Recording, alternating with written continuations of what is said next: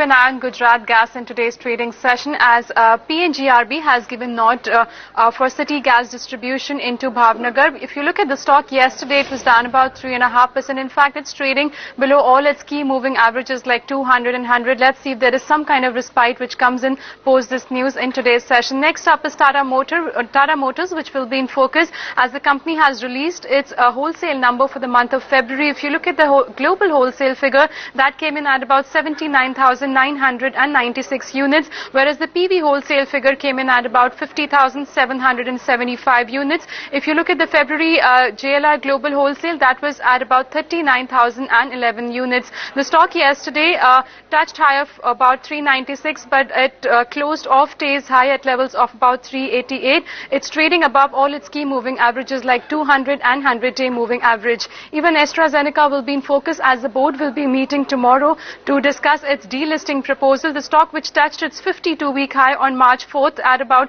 1,286. After that, it tumbled about 226 rupees because in the last meeting there was no concrete decision which came out with regard to delisting. So that once again, which it will be in focus today. And watch out for the opening of Mphasis as that declared its first quarter result yesterday. The quarter one PAT came in at about 181 crore rupees, which was down about close to 5% sequentially. And if you look at the sales figure, they too were down about close to 2% sequentially. The stock also was down about close to 3% in yesterday's session.